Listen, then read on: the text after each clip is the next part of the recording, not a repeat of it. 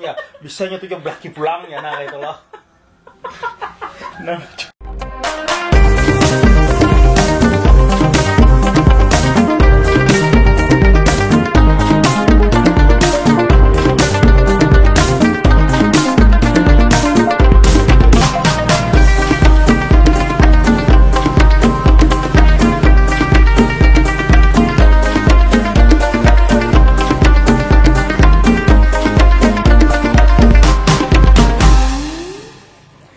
Assalamualaikum warahmatullahi wabarakatuh. Jumpa kembali dengan Lelongkang Banjar, channel inspiratif dan edukatif untuk keluarga Anda. Minyak lemak si minyak Banjar. Di hurung burung si burung betet. Amun pian bujugan orang Banjar. Tahulah pian arti merotet. Halo yang merotet me. Aduh. Amun pian amun orang Banjar pasti tahu me merotet nih me. Jadi kalau ke semalam tuh ada film lo, film pendek rame judulnya Tilik kah? Nah, di Banjar tuh karena kalah lo acil-acilnya tuh ada katanya merotet nih. Mirip lah. Mirip benar. Jadi apa tuh artinya merotet itu? Ya merotet itu ngerumpi me.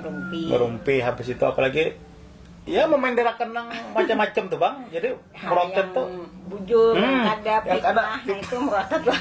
Merotet itu dilakukan tiap pagi. Iyalah, kada tiap pagi lah. Pokoknya kadang punya ada segerombolan ibu-ibu. Di situ gerombolan. Bubuhannya aja. Nah, bubuhannya bagiannya. Ada tuh biasanya tuh lebih banyak tuh ibu, tapi tidak menutup kemungkinan juga itu bapak-bapak. Ya, lelakian merotet di warung lah. Maka bekesah ianya tuh pang ngerasa apa gitu lah. Angkat batis ya. Tapi itu budaya kami atau apa merotet kami? Iya, mungkin budaya. Jadi sebuah kayak kebiasaan. Kebiasaan ya. Karena orang Banjar tuh memang ketujuh bekesah nih. Apa yang ditemukan pengalaman dikesahkan, habis itu dilapih-lapihkan. Ya lo. Asli itu. Makanya ada si Paloy ya. Makanya ada si Paloy, kisah-kisah kayak itu penderan digetek karena memang banyak hal yang dibicarakan orang Banjar itu dengan cara merotet tadi. Ular si ikung padakannya 10 gitu kan. Ular nang matanya bujur-bujur aja padahnya mata 3. Jadi seraba maaf lah merotet lebih lah pokoknya. Jadi merotet itu apa ya bahasa ini pengertiannya? Ya ngerumpi loh Mi, apalagi nih bahasa Indonesianya tuh ngobrol bebas, tenderan di warung. Mau warung, lain lagi mau warung. Ngerumpi gitu ya. Nah, habis itu biasanya itu bibinian biasanya lah. Iyalah. Acil-acil. Binian itu dia dianugerahi 20.000 kata per hari. Jadi harus dikeluarkan Mila. Harus dikeluarkan. Kamu orang Banjar bisa kali 2 Mila. 40.000 lah. Apalagi nama bini 4 nih, 20.000 kali 4. Hitung aja mendengarkan. Tapi memang itu alamiah nih ya merotet itu dalam hal psikologi bahwa bibinian itu harus mengeluarkan 20.000 kata ya. Biar tidak stres katanya. Jadi memang merotet ini ya harapannya sih kita merotet itu yang baik-baik Mila. Cuma kalau misalkan memang merotet ini jadi kebiasaan buruk, misalkan menjadi gibah, memfitnah, menghabiskan waktu. Nah, ini ya kita ya tidak sepakat ya kalau misalkan merotet itu digunakan untuk hal-hal seperti itu. Kayak apa nih contohnya merotet tuh? Kayak apa yuk? Harap lah biasanya. Menaik aja merotet tuh, gua harap turun kesini. Wah, nyonya lakindanya aja. Kayak tuh lah, nyonya lakinda aja, bilu pulang tuh ya mau bener aja. Itu loh kisahnya aja. Kisahan pulang dia lebih-lebih kan. Jangan tuh juga aja lah. Mbah aja, ayo aja. Ingat takkan aja. Udah. Kita bagi staan aja di rumah aja. Kita bagi staan, kita dudukkan kayak bubuhannya yang di YouTube kan loh. Siapa? Si Dadang. Nah, Dadang harap banget tuh merotet di pinggir sungai. Di pinggir sungai bemamai. Lain lagi bemamai lah. Lain lagi. Kalau ini ada topik yang dibahas dan terusnya berkembang. Betul, dan menjadi besar Mila masalahnya sedikit, lalu masalahnya jadi besar sampai beraju-rajuan tuh memang merotet tuh. Bisa sampai gitu. Jadi kelahian. Nah, itu biasanya awal dari merotet biasanya ya. Iya, mulai hal kecil sampai tadi menjadi besar gitu kan. Nyonya si anu tahu lah jangan 4 haruan ya. Bisanya tuh jam belaki pulang ya nah itu loh. Nah, itu kalau enggak bisa merotet.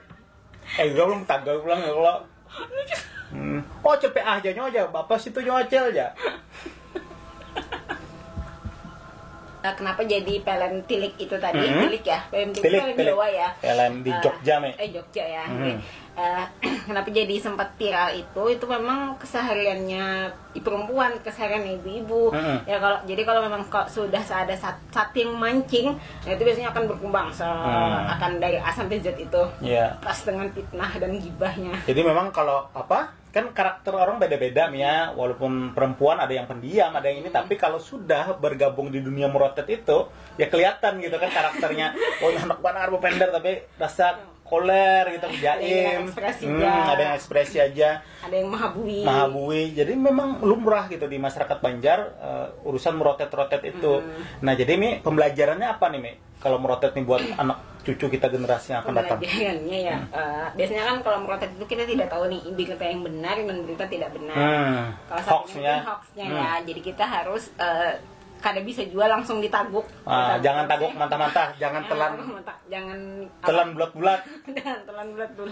Jangan taguk mantah-mantah. Jadi memang tidak bisa dipercaya kalau memang hasil rotetan, maksudnya hasil yang kita kumpul harus ada validasi dari informasi yang kita terima. Iya, jadi memang dari informasi merotet pun tidak bisa kita terima langsung ya, harus kita cek dan dicek dulu karena memang begitulah adab kita ya.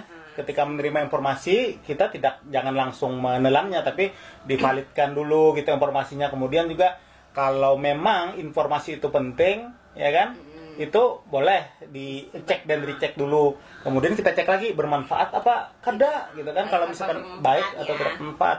Kalau tidak bermanfaat, ya tidak usah disebarkan. Nah, kadang dalam dunia merotet itu info tuh ada hanya sedikit tapi rame langsung sampai ke rumah. Dari rumah sampai ke pasar. Nah, itu pasti dah kisahnya. Oh, jangan dua laki bini berkelahi mana aja. Bungkupnya dulu aja. Hancur aja. Kayak itu kalau. Jadi info ini langsung tetangga-tetangga. Iya, langsung dari rumah satu ke rumah yang lain ya. Nah, makanya zaman bahari lelongkang itu kan. Aja, si belaki pulang ya. Kayak itu lah. Maka sampai mengetok lelongkang lah. Aja, ban aja. Orang rumah sakit aja, ambulan hanya tidak ada aja. Kopik ya. Ya ampun, orang kampung, padahal cuma ambulan lewat aja lah. Aja si saja. Nah, kayak itu Bang necek desas-desus.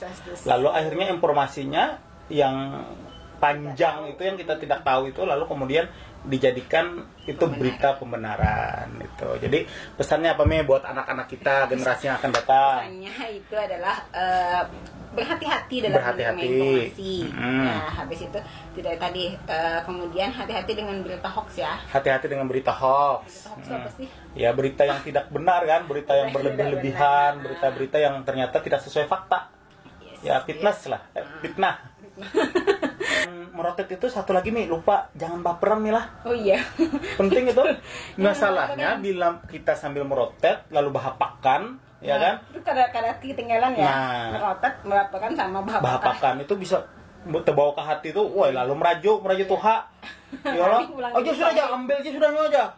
Berapa juga undangnya apa aja. Nah, kan gitu. Undangnya undang waga gatik waga. Apa gatik dikira undang apa ngene Pak. Apa undang kepada gatik. Ya wah gitu. Kisahnya lalu itu berajuan. Oke. Nah, kita mungkin tidak tahu bahwa apakah merotet ini, ngerumpi ini adalah budayanya, bukan hanya budaya orang Banjar, bisa jadi di daerah lain pun ada ya. Bisa jadi. Tapi kita itu juga salah satu bentuk kita bisa berbaur dengan masyarakat. Betul. Karena memang kalau harat merotet Milah itu bisa diterima orang gitu. Jadi supel ya bergaul dengan orang lain gitu. Nah, kita tidak ini juga ya, tidak mengungkiri bahwa itu jalan kita untuk bisa bersosialisasi dengan masyarakat.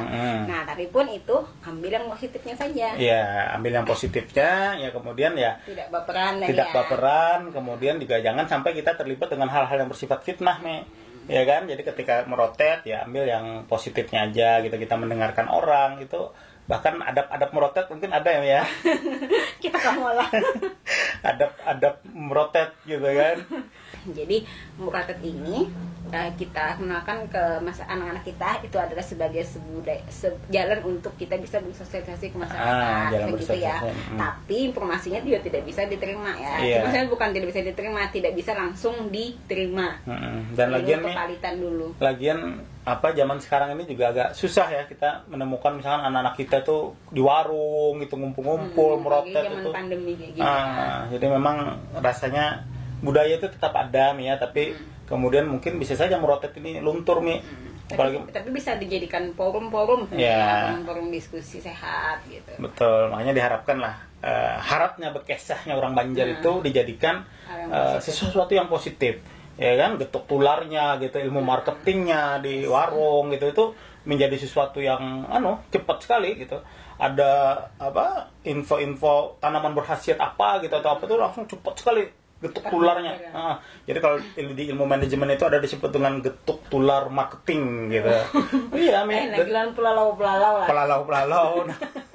Itu artinya merotet itu bisa menjadi bahan informasi yang strategis juga Mi. Gitu. Jualan misalkan datang ke warung tapi harap merotet. Nah, itu bisa payu. Nah, jauh kopinya enggak tahu lah jauh kok jawaban ini aja. Ya langsung, oh iya si anu minum itu ya hanya segelas ya langsung sigar mau hanya ya. Nah, itu tuh tambahnya langsung bungas ya. Oh, langsung tuh payu tuh. Karena getuk tular tadi dari mouth to mouth gitu kan, dari mulut ke mulut. Oke, demikian tadi kisah kita tentang merotet. Kita ambil yang positifnya dari hal merotet tadi dan selalu cek dan recheck informasi agar tidak terjebak hoax. Oke, terima kasih. Terima kasih dari Lelongkang Banjar. Assalamualaikum warahmatullahi wabarakatuh. Oke, dadah.